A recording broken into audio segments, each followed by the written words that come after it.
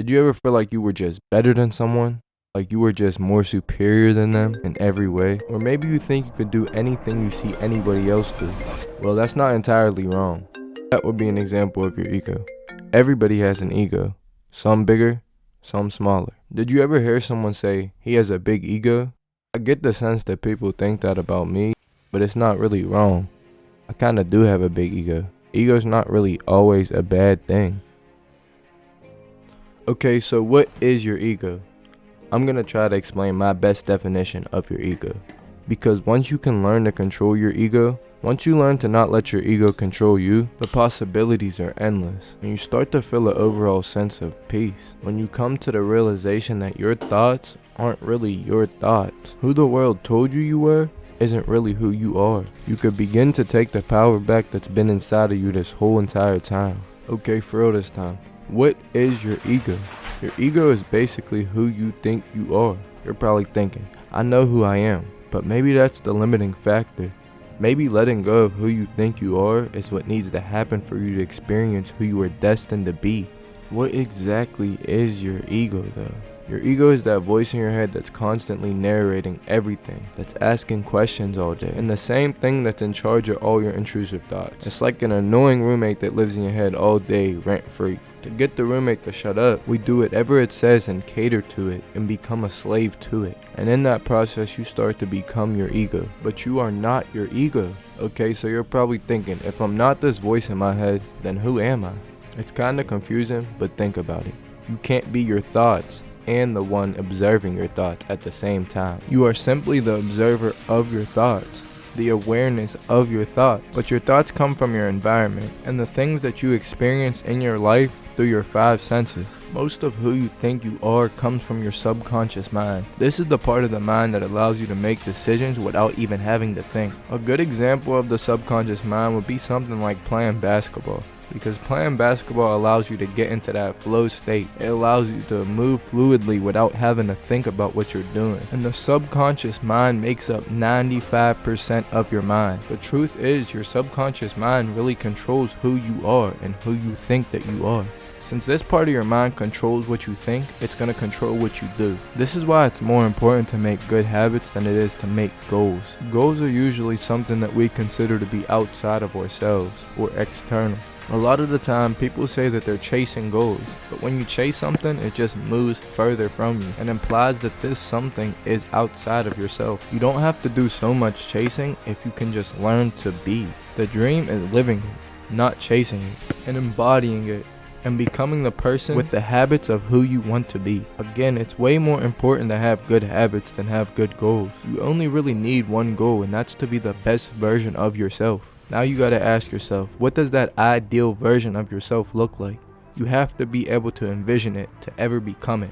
Without a vision, you can't make any progress. You don't know if you're going forward or backward. You have no direction without a vision. To become the highest version of yourself, you have to visualize the highest version of yourself. If you never visualize that highest version of yourself, you should take the time to do that right now. Ask yourself, what is that highest version of myself doing? How does that highest version of yourself walk?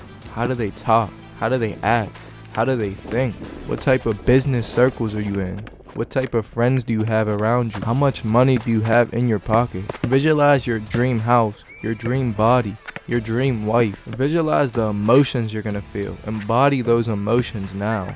How do you feel when you give your mom a new house? How do you feel when you're accomplishing things at the highest level you ever did? And last but not least, what kind of habits does that high-level version of yourself have? Having good habits is how you accomplish your goals and how you reprogram that subconscious mind that's responsible for 95% of the things that you do and think. You can't fear the work. You want to be the work, not the results. The results are the byproduct of the work. What you do frequently is your frequency because you're always programming that subconscious mind and you're always feeding your ego. Whether you're feeding it so that you can grow or you're feeding it for your own demise. Your ego is just a lens that you see the world through, or your perception. Now that it's the age of information, it's more important to have a bigger perspective than ever, because there's new information coming out every day that proves the information we knew before that to be wrong. If you can learn to take that lens off, you could be so much more than your thoughts and than your environment. You have the control to be more than your thoughts. You have the free will. The power of your mind is limitless. A good question you could ask yourself to overcome your ego is why.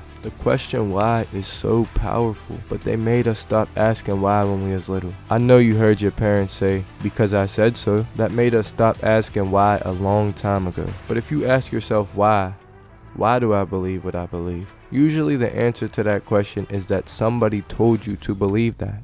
Keep asking yourself the question why and go down the why rabbit hole. If you can keep asking why, then you didn't really come up with an answer. That is your ego. And that's what I meant by you think you know who you are. But most people don't ask these questions. That's because the world that we live in made us stop asking why a long time ago. You now have the power back. You now have the control. You are not your past, and you are not your future. Worrying about the past all the time and who you think that you are is just gonna cause depression. And thinking about the future is just gonna cause anxiety. You aren't the person that you were 6 years ago, and you aren't the person that you were 6 months ago, and you aren't the person that you were a day ago. We are constantly evolving. Some of the best advice I learned was to learn to be in the present moment. A lot of the times we're caught up in the past, and a lot of the times we're caught up in the future. The only thing that truly exists is the present moment. That's why they call it the present, because the present is a present. I gave you the knowledge, now all you gotta do is apply it. If you used your present moment to watch this video, you made the right decision. Now what are you gonna do with the present moment after this video is over shortly? Are you gonna get back on social media and scroll?